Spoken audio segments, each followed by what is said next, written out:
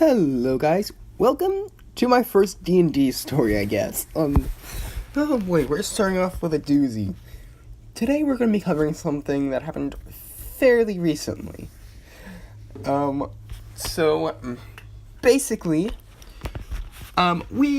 this was in, a homebrew campaign, and we just got done killing a cockatrice. We're doing some missions at this point. We went to go and find some old lady's cats, which the old lady does come into play a bit later. She gave us some pie and told us some stories. She was a dwarven lady, so. But, yeah.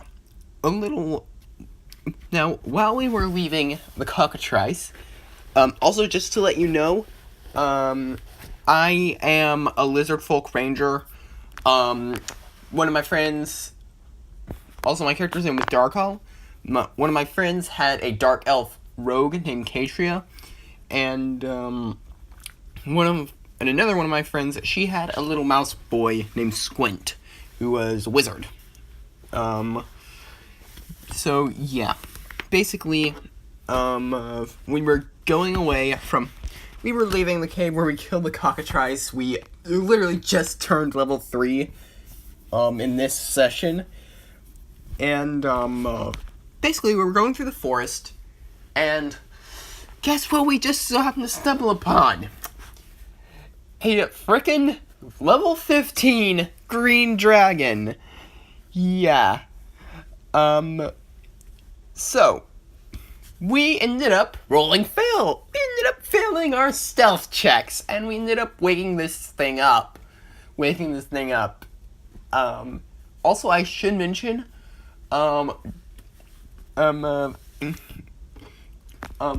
Katria is currently in a deal with, some sort of demon or something. I don't know what she made a deal with. All I know is that it made Darkhall feel very, very uncomfortable. So, yeah.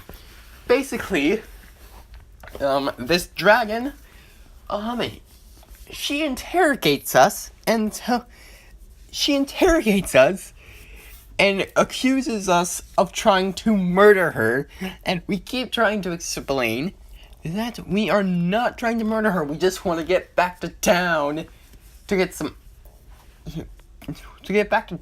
we have some work to be done. And basically, Darkhall is chaotic neutral, by the way. So he's basically just trying to resist the urge to reach onto his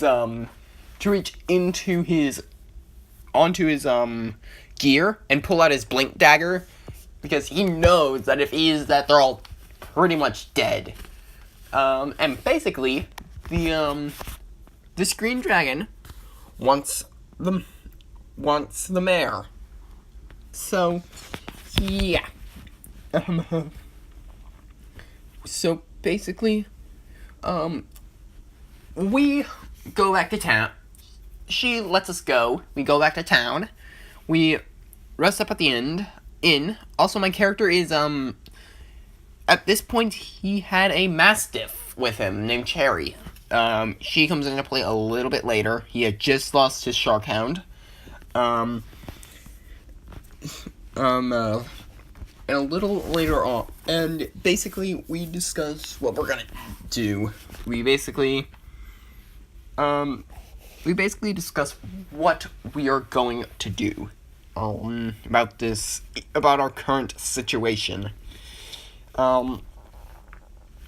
Basically, we're probably gonna end up destroying the entire town anyway. So, yeah. However, we don't know if we want to. However, we don't know what we're gonna do. We eventually decide to take the mare to her, and the mare is somewhat reluctant and didn't believe that we found a freaking green dragon in the middle of a forest. So basically, we take the mare to So basically, after some convincing, we take the mayor to the dragon, and basically he regrets not trusting us, and he basically ends up getting basically ends up getting killed by this green dragon. So basically, now the dragon wants the second in command and requests that we take her to the town. Back. Also, I should mention that, Squint, the dragon took his spell book. Took a book that has a lot of sentimental value to him. So we determined that this dragon likes gold, sentimental value, various other things. And also, off the body,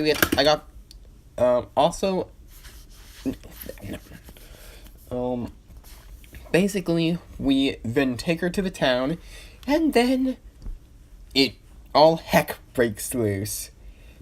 And basically, she starts trying to destroy the town by basically just, of course, destroying everything. So, we basically caused the death in the town, and we're just over here panicking, not knowing what to do. And basically, there is an alchemy shop in town, like on the other side of town from where this dragon is. So we decide to run there. And this alchemist he was a cat boy. He was basically a cat person. He had an obsession with explosives. He was kind of crazy. And basically, we decided that we were gonna use him to try to blow up the dragon. So yeah, basically we have a plan. I take my Sharkhound's collar to try to distract her. Then Katria runs in with she recently got a mask from a merchant, kinda. He was kinda weird. He took Darkal's luck, so basically she got a mask that allowed her to shapeshift 3 times a day. So she used it to turn into an elf, even though she was already a dark elf, and ended up leading her over to the alchemy shop.